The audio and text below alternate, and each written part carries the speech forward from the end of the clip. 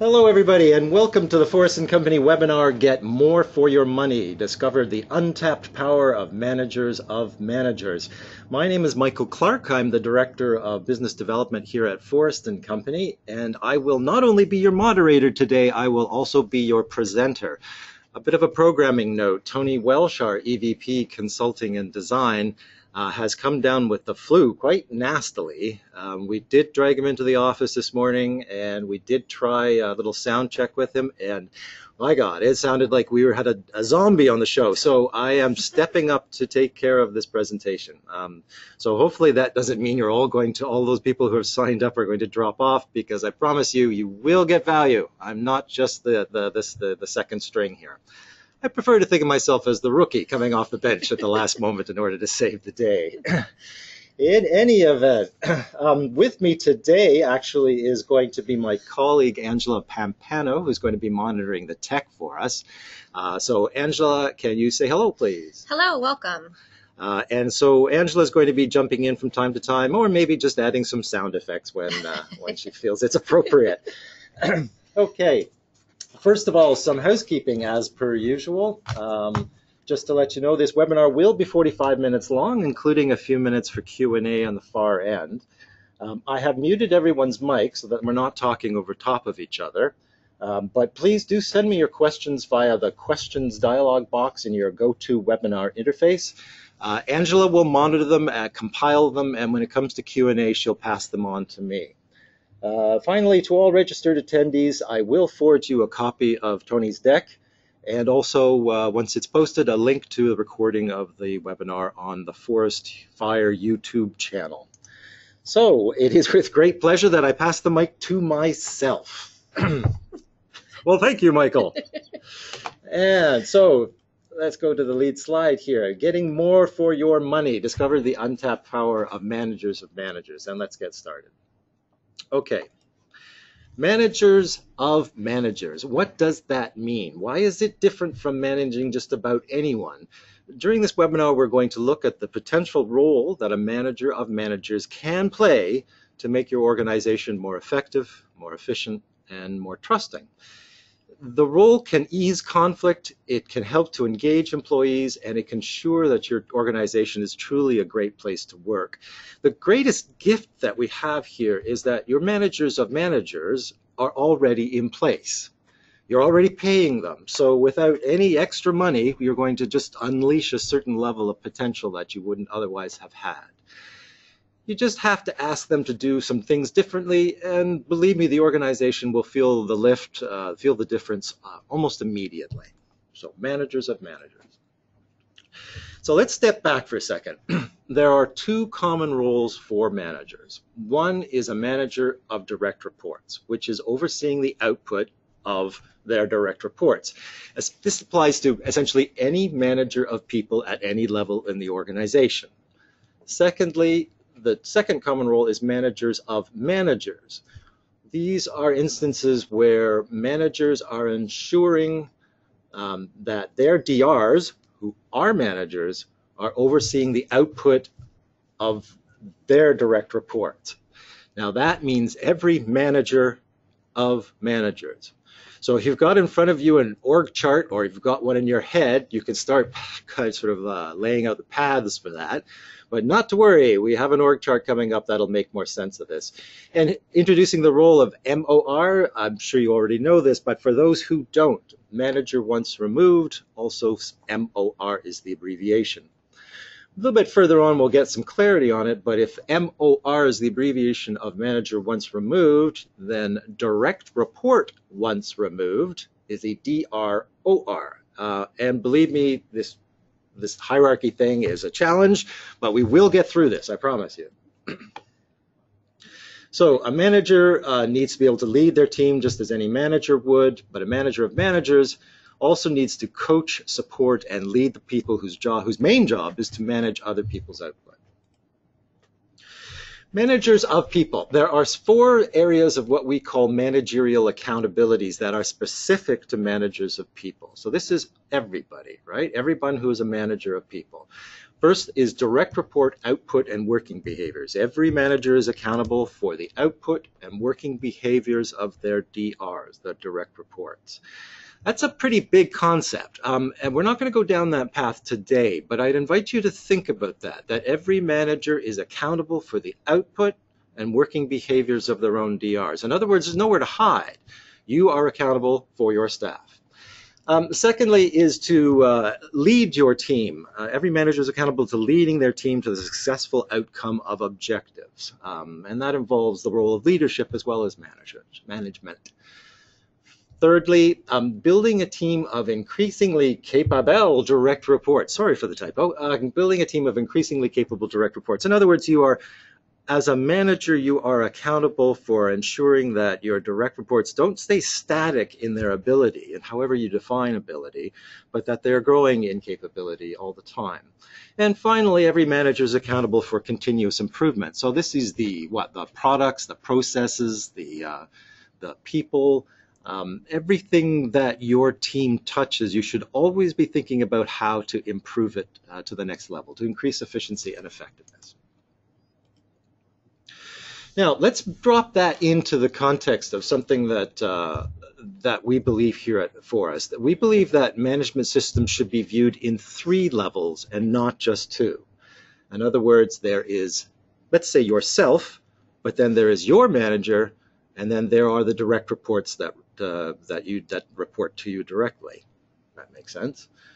So that's a 3-level or a tri-level view of the world, or a tri-level view of your slice of the organization, or any organization for that matter. So we break this up into what's called Team 1 and Team 2. And you are the linking pin, so you being the manager. So see the diagram in the lower right-hand corner there. See all those little black dots? Let's imagine that's you. You are the linking pin between the team that you're on and the team that you lead. So Team 1 is you as a team member of your own manager's team. Team 2 is you as the manager of your own team. You are the linking pin through which strategy goes down through the organization. This is an alignment issue. It's very important. Our inclination is to think in terms of the team we manage and the team we are part of. That's what we do here at Forrest.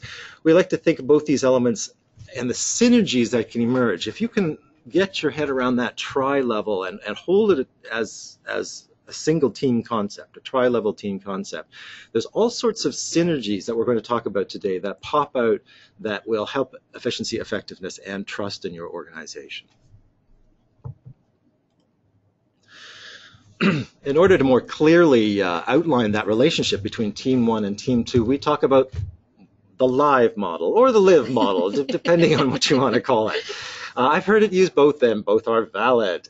So lateral integration before vertical execution. Now, what does that mean? It means that every manager needs to integrate their team in the vision, in the goals, in the direction, before their direct reports can then execute their work down through their team. So let's try that again. Every manager, you can imagine a 2-level team for a second. Every manager is accountable to make sure there's absolute clarity on the vision, on the direction, on the work that's being done before that direct report can proceed to lead their own team. Now that makes completely logical sense. If you haven't got complete clarity from your own manager, then you're going to be off doing work that may or may not actually substantiate or support or drive your chunk of strategy. So lateral integration plus vertical execution leads to the mobilization of a team upward towards the completion of strategy. So here we go again with this interesting graphic. We've got to reinforce this. Lateral integration is Team 1. And then vertical execution, Team 2. The live model, or the live model if you would prefer.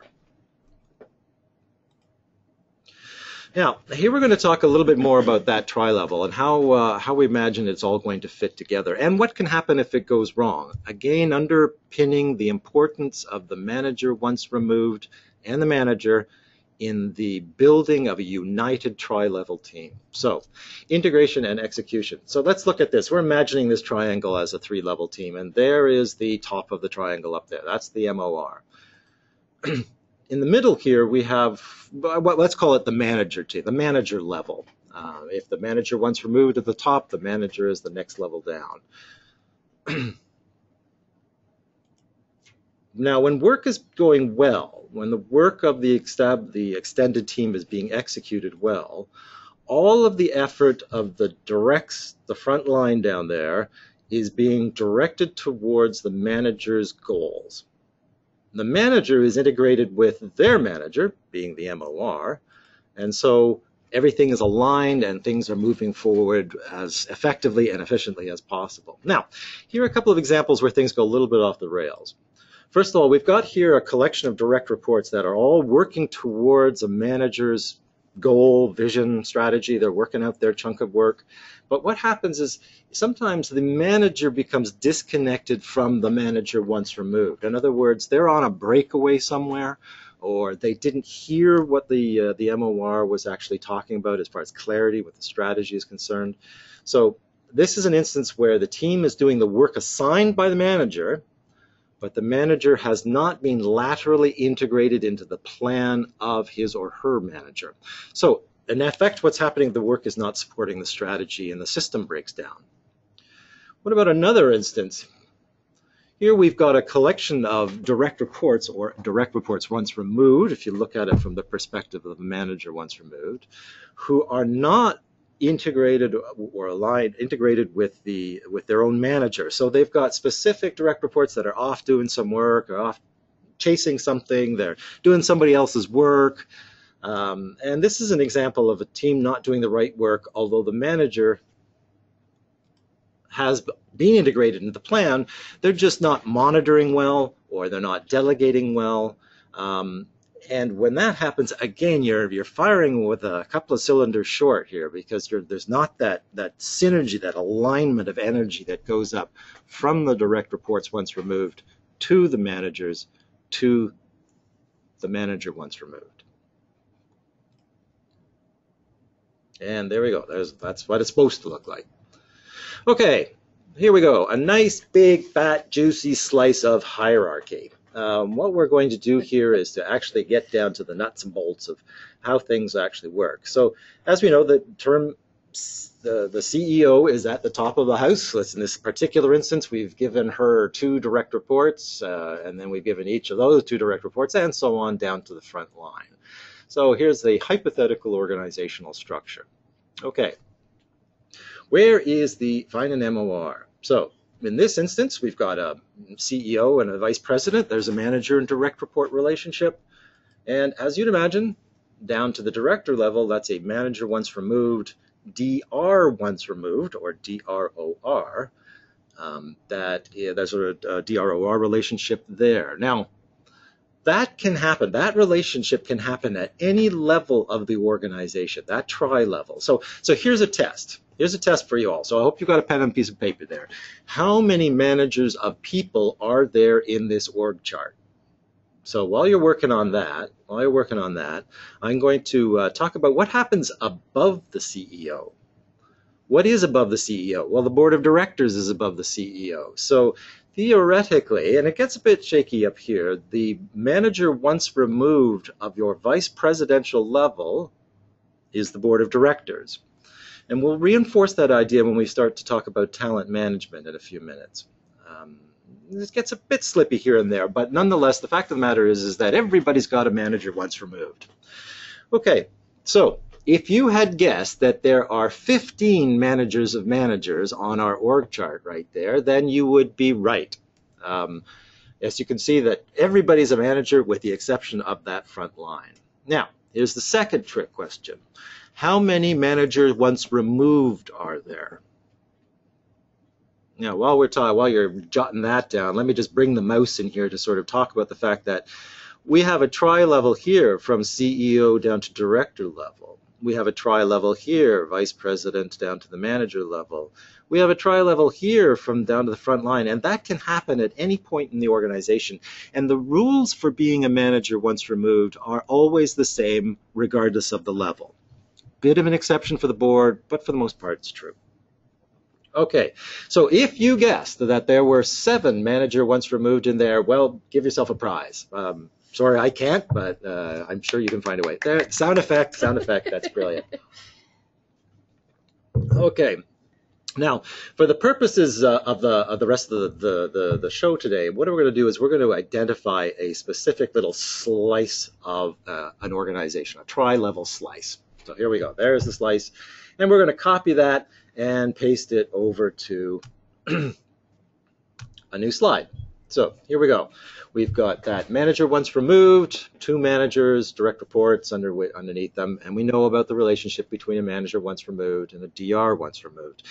Notice the sort of shaded or faded org boxes above and below. That's just to reinforce the idea that we are talking about one slice that could be happening at any point in the organization.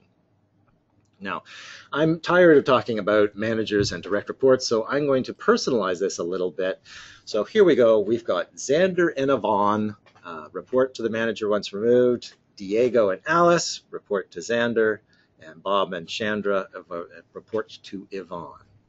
So we've got that slice in our head now. Let's talk about what MORs can do.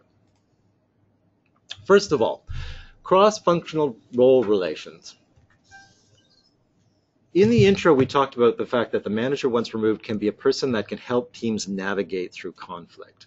Friction or conflict is part of every work environment. It can be about lack of resources or differing priorities, work standards, and a myriad of other facets of the human condition, for that matter. Now, if this friction happens in one team, inside one team, here we go, it is the manager's job, it's Xander's job, to sort it out. Now, these are referred to as collateral relationships, or collateral relationships. So if Diego and Alice are in conflict, the manager obviously is the one to sort it out. Now, what happens, though, when it goes across entire teams or across functions? We know here that overwhelmingly the work that gets done in organizations flows across the organization from one team to another. When these relationships aren't working, they can cause huge stress and cause people to feel disengaged from the work, as they have no power to fix it, because there is no direct manager between these two relationships. So let's imagine Alice and Bob here, who are in 2 different teams, are in conflict about something. It doesn't particularly matter what, but let's take an example. Let's say Bob's in marketing and Alice is in sales, and so Alice needs Bob to provide her with certain marketing tools that she needs, or sales tools that she needs, to go out and do her job, and Bob just isn't doing it. So conflict ensues. Now, Xander can't help, can commiserate with Alice. If Yvonne can't help, she can commiserate with Bob, but where is the authority to actually sort out that cross-functional relationship? And of course, that's at the crossover manager level.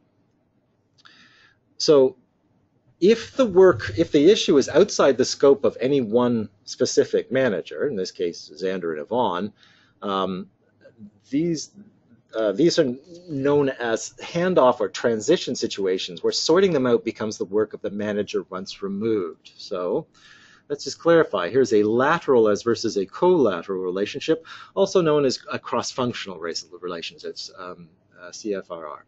So there we go. And it is, in this instance, the manager once removed, the crossover manager through this, that can actually sort that out. Typically, these antagonisms, these conflicts, are based on a lack of clarity about the authorities and the accountabilities of a particular role. In other words, what do I get from whom, when, in what context? And that's another story altogether, which we'll talk about in another day. Nonetheless, it is the manager once removed that resolves that conflict. The resolution of conflict, of course, is not just an issue of increasing the effectiveness of getting the work done, but it's a huge way of increasing engagement. If people believe that there is somebody taking care of these conflicts, that it's not lost in space and it's not going to be perpetually a thorn in their side, clearly in the engagement of the individual goes up. It's one step towards making a great place to work. Okay, next slide. Okay, developing the talent pool. One of the great misunderstandings in the working world is the notion that my manager will promote me. Now think about that for a second, because it doesn't make any sense.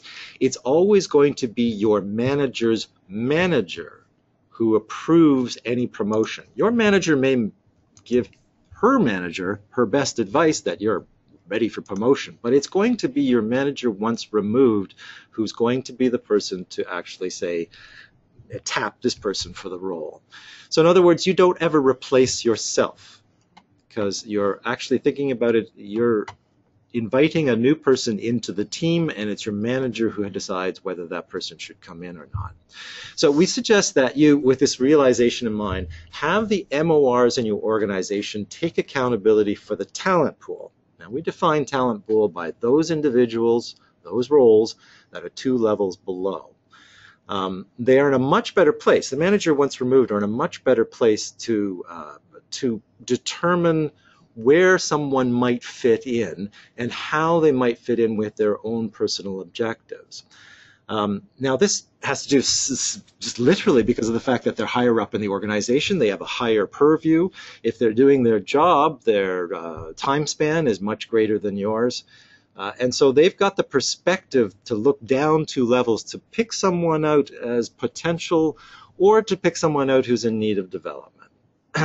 So there's lots of different ways of looking at developing the talent pool. Let's take a look at one. So we've got a manager runs report here going, oh, sorry, Angela, that was going to be a sound effect. Okay, okay, we'll set it up for the next one. Okay, so we've got a situation here where the manager once removed is looking down 2 levels at Diego thinking, you know what?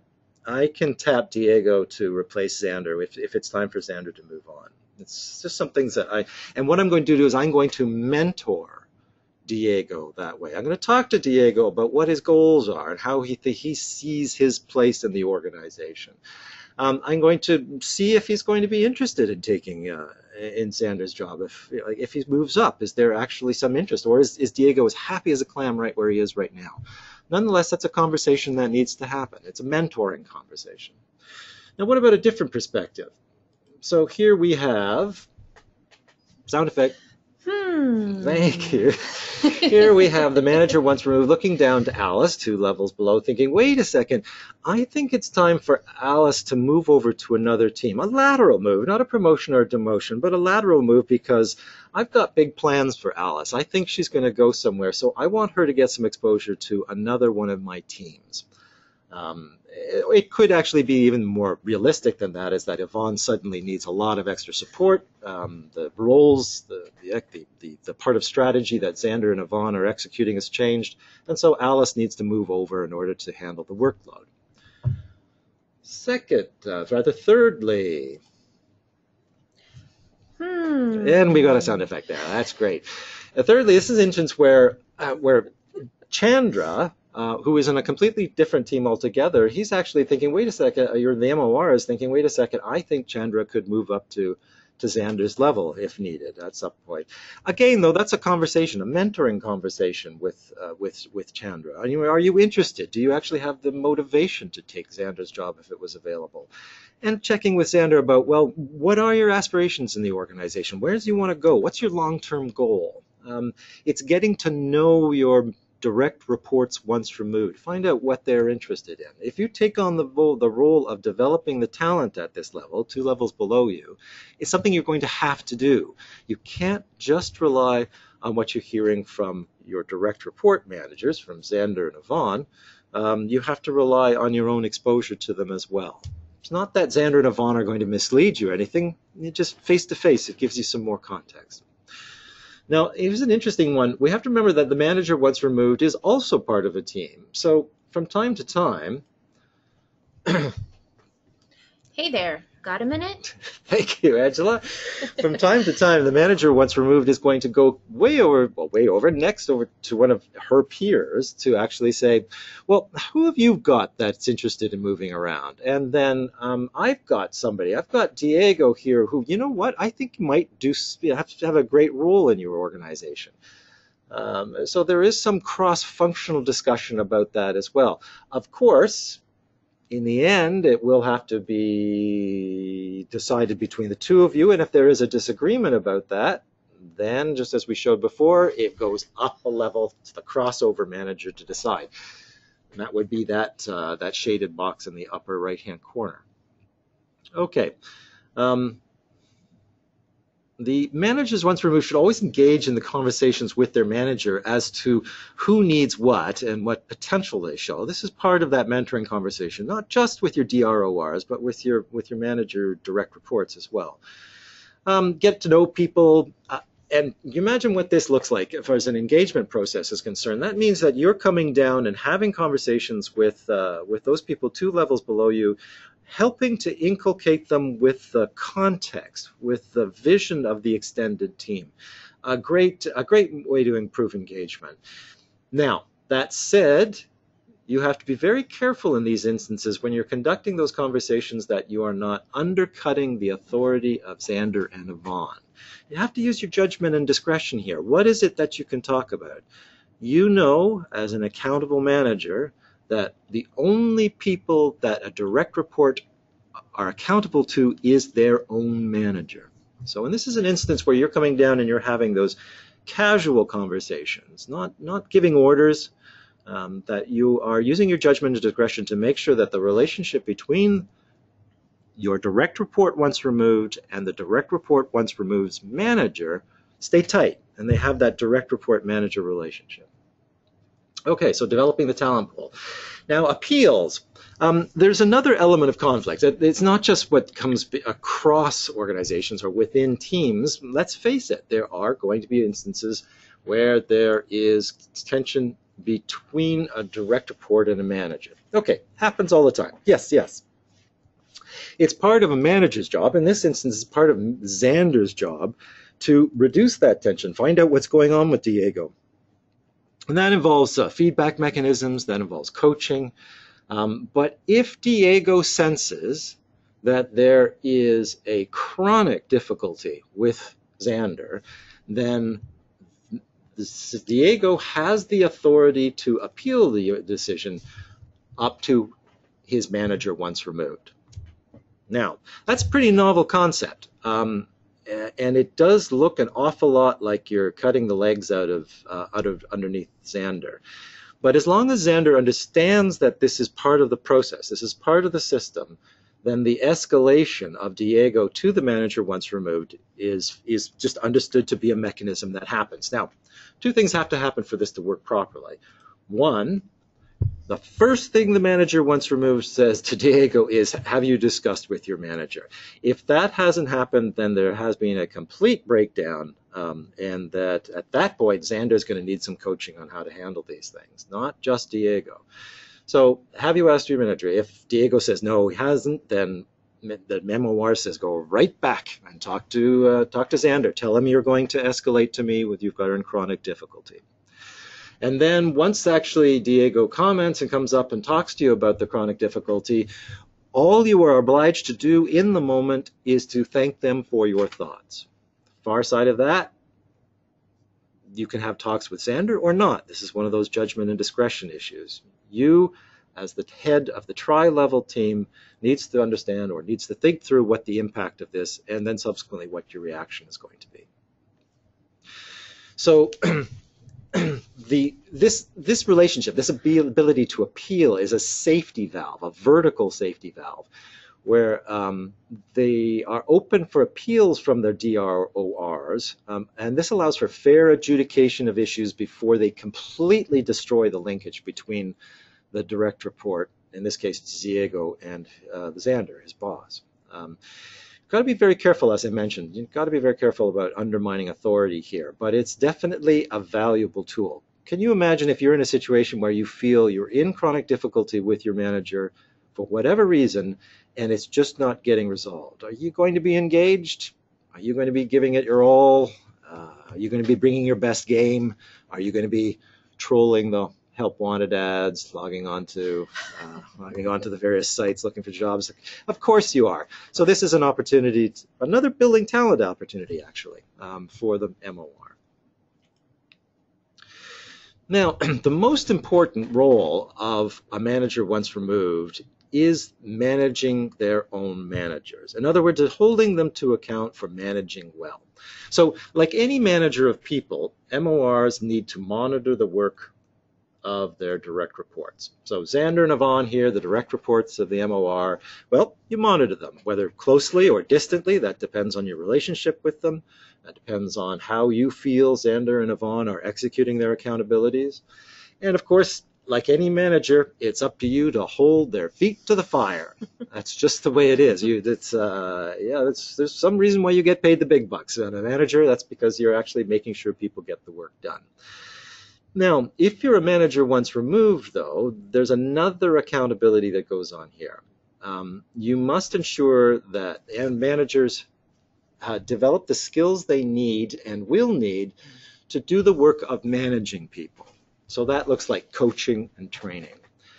Managers once removed must also ensure that all of their managers have the same vision on how to work together to help them meet the extended team's accountabilities.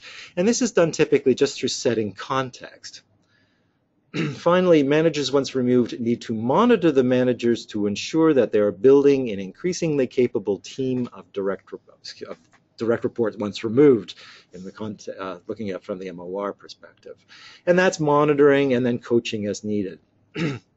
Now, ultimately, this all sort of boils down to making sure that managers are managing well. So here's the graph that we've got here, is that you are looking down and making sure that Xander and Yvonne are not only executing their own accountabilities, but that they are ensuring that the accountabilities of their teams are moving. So it involves a lot of discussion. It involves very detailed and specified delegations and specified accountabilities, specified authorities, and then monitoring to make sure that they are managing well. Now, bear in mind that the manager of the manager once removed is doing exactly the same thing. That they're holding that manager once removed to make sure that Xander excuse me, they're holding that manager once removed to make sure that he or she is managing effectively and well Xander and Yvonne. Okay, so all of this heads towards concluding that building a three-layer organization through the use of the MOR is a very powerful tool. And again, going back to the grace of this is that your MORs are already in place, so there's not going to be an issue. Well, not going to pay them anymore anyway. Okay, so a manager once removed has, manager once removed has 4 areas of accountability in building a 3-level organization, or rather a 3-layer organization. That 3 layers being themselves, their DRs, and then their DRORs, of course. So it is establishing the lateral working relationships and managing those lateral working relationships. So that goes back to making sure that the relationship across your teams is working fine, that people have the accountabilities, that people have the authorities, there's clarity on what needs to get done, who needs to do what, for whom, at what point. Role establishment, which is a subsection of that. You have to make sure that your portion of strategy has sufficient roles and the right roles in order to execute the work that represents the work of that tri-level. Talent pool development, that's where we're talking about Diego and Chandra and whether they move laterally, whether they are getting groomed for moving up, having discussions across function with your peers to find out what their plans are, what your plans are. Is there some synchronicity there? Are there opportunities? And then consistency of communications, which we haven't touched on too much, just briefly in a few slides back. It's really important, obviously, that the manager once removed in a in a 3-layer environment ensures that the goals, the vision, that the strategy is articulated. This is the only way that you're going to get the lift from alignment, and everybody's working towards the same goal. Okay. So to sum it all up, and don't leave me, there's stuff on the far side of this we're going to talk about tri-level meetings. But as far as the accountabilities of a manager once removed are concerned, all MORs are accountable to the person that manages them. And I'm sure by this point your brains are fried. So we're talking about the manager once removed, which of course, anyway, we'll just leave it at that. Their accountabilities, or this person's accountabilities, is to determine cross-functional role relationships between direct reports once removed. Talked about that. Develop the talent pool underneath them, which involves mentoring their direct reports once removed in their career paths. And here's a new one too, vetoing the appointment of an unacceptable newcomer to the talent pool. You can't have someone suddenly appear in your team, your extended talent development team, if you don't have control over who is in that team. Hear the appeals of their direct reports once removed. Delicate situation, but a vital safety, a pressure releasing mechanism to make sure that the relationships between your direct report managers and their direct reports doesn't collapse completely. It's about engagement as well. And then also holding their subordinate managers accountable for being good managers.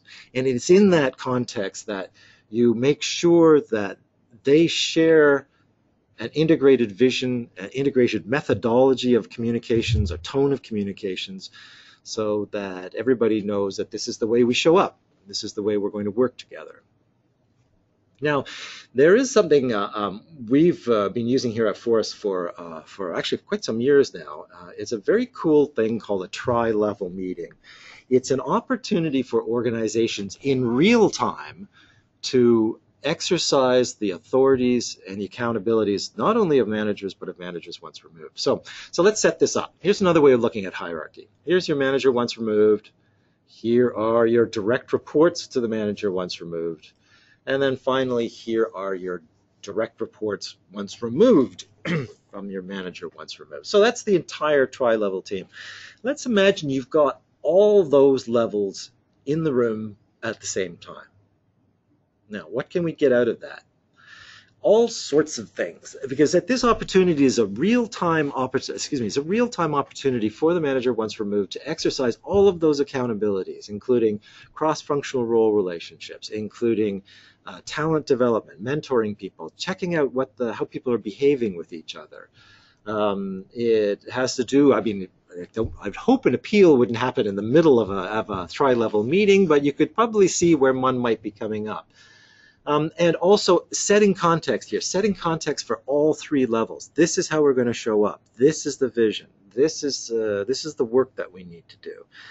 A great engagement tool. So one way of looking at this is that the MOR, one approach of an MOR to a tri-level meeting is that the MOR just sets context and then pretty much shuts up. And then the teams break out into their individual slices to work on whatever the issue is right now. Perhaps it's working out a chunk of strategy. Perhaps it's just even a team building exercise. But if the team breaks out to actually work through an issue and then comes back to the manager once removed to sort of say, is this cool? Are we moving forward the right direction? Now, what sort of topics you want for a tri-level? Well, it's just about anything. Like I said, we've run these tri-level meetings as a training exercise, the sort of transfer of knowledge. We've run them as an accountabilities and authorities exercise to clarify roles and accountabilities and authorities. And we've run them just as, but solely as team building exercise as well, which then sort of bleed into building team exercises at the same time. So here's some examples. You can see them here. Strategy planning, integration. You've got a new team coming into your tri-level. Accountability cascades, change in situation. We've got a context outside of the team that needs to be communicated to the team. Why not do it while everybody's there so you can get instant feedback? year-end results, a new HR practice, and Tony did this deck, and here's Tony's sense of humor. Here is how to get the caramel in the caramel bar. Honestly, having your 3 levels into the room at one time, even for a short time, is a massive engagement lift. It really looks like you are an integrated team. It really looks like someone is in charge. Okay, so let's go back to talk a little bit more about the power of those tri-level meetings. The power is the fact, ultimately, that the MoR is in the room and can make decisions in real time. So in this environment, most of the issues faced by the lowest levels, in this context, the DRORs, which in any context would be the DRORs, can actually be solved in real time by the MoR. So that turns into, again, perhaps not an appeal situation, which anything like that should be done in private, but it can be an instance where the direct report of the manager once removed can come to the manager once removed and say, look, I've got the situation where one of my directs can't get some work from another team member's directs, and what can you do about that? So that's where the MoR steps up and then works out who is going to do what, for whom, when. The manager once removed, the manager and the DROs all share the same context. Now, this could be verbalized in the sense that here is our mission, here is how we're going to show up, here's how we're going to behave with each other. But it could be something even more. It's the subliminal, or the things that aren't spoken. It's reinforcing the idea that the manager once removed is at the center of all this, or maybe even that's a better metaphor than at the top of all this. It's at the center of this stuff. And so everybody's seeing that the decisions are flowing through the tri-levels and coming back down again. It's a great way of sharing that sort of implicit context as well. Relative to actually talent management, talent development, talent pool development, this is an opportunity actually for the MoR to see their DRORs actually in action. To see if there is somebody out there who might be better suited for another team, to see if there's somebody out there who, goodness gracious, is a high potential and we should do something about that. And also to look out there and see, well, that person is just not going to go anywhere. And maybe we should start thinking about holding their position, or maybe even deselection or dismissal. At the same time that the MoR is connecting with their DRORs, of course what happens is that the DRs the direct reports once removed are connecting with their MoR. There is somebody in charge. There's somebody who's listening out for my career.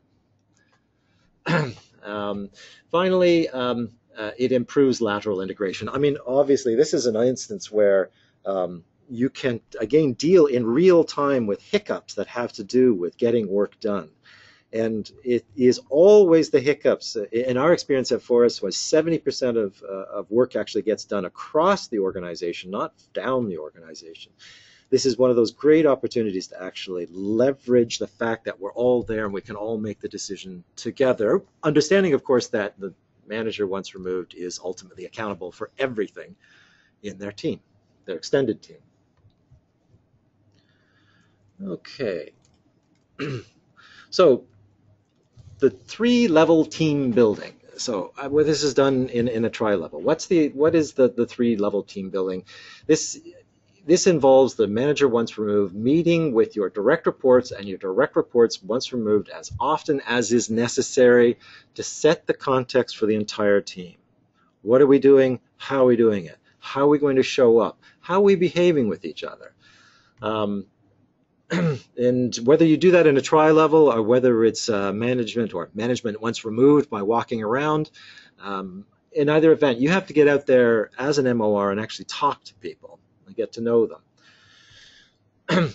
As a function of that, the DRORs will appreciate that they're getting direct context directly from you. Now, of course, your context and your managers, your context and your direct report manager's context should be pretty much aligned. If there's a disconnect there, then that's your fault. You haven't managed to communicate to your managers, your direct report managers, what your vision is, which they in turn would communicate down to their direct reports. And obviously, in any sort of a tri-level environment, whether it's in a tri-level meeting itself or just management while walking around, then there's an opportunity to observe everybody in action and how they're working together. And if you're accountable for that talent pool, if you're accountable for dealing with the tensions between the teams, then you've got to know what's going on out there, and getting an unfiltered view is obviously always the best. And it's not that anyone is going to be misleading you, it's just that you've got the higher viewpoint. You've got the bigger picture than the rest of you. You better have the bigger picture, that's why you're paid more. And so with that context, you'll be able to interpret what's going on better. So Tony would obviously have dug down onto this and actually gone into a lot more detail. So we're just going to finish up here quickly with a Q&A before we go any further. So really, Angela, do we get any questions coming in? We do. So here we go. What if my manager objects to me going to my MoR with an appeal? Okay, no, that's a very, very good question. And certainly it's one of those very tricky situations where the manager, yes, they can object. Certainly they can object, but the manager has to understand that it is built into the process that their direct reports can bypass them and go to their own manager in order to talk about the difficulty that you're having. It's got to understand if it's a process, then that's something that has to be in the back of the mind of every manager as they're working with their direct reports. Bearing in mind that if someone is chronically using this escape mechanism, then there's obviously a disconnect somewhere. So if the manager once removed is seeing the same person over and over again, it might be time to bring everybody into a room and figure out what's happening. But the short answer to the question is the fact that if your manager objects, you need to just acknowledge that and go and do it. It's the accountability of the manager once removed to inform your manager that this is part of the system and it's a valid and working mechanism. Okay. And I think we're just about wraps it up. I'm sorry, actually, I've gone 60 seconds over here. I wanted to thank everybody for tuning in, especially since I'm just the sub on this. Thank you, Angela, for stepping up for being the other half. Thank you for having me. I will certainly be sending out hard copies of the deck, and also once we get the video posted on our YouTube channel, I'll be sending that out to you as well. Thank you very much for attending, and I guess at this point we sign off. Thank you. Thank you.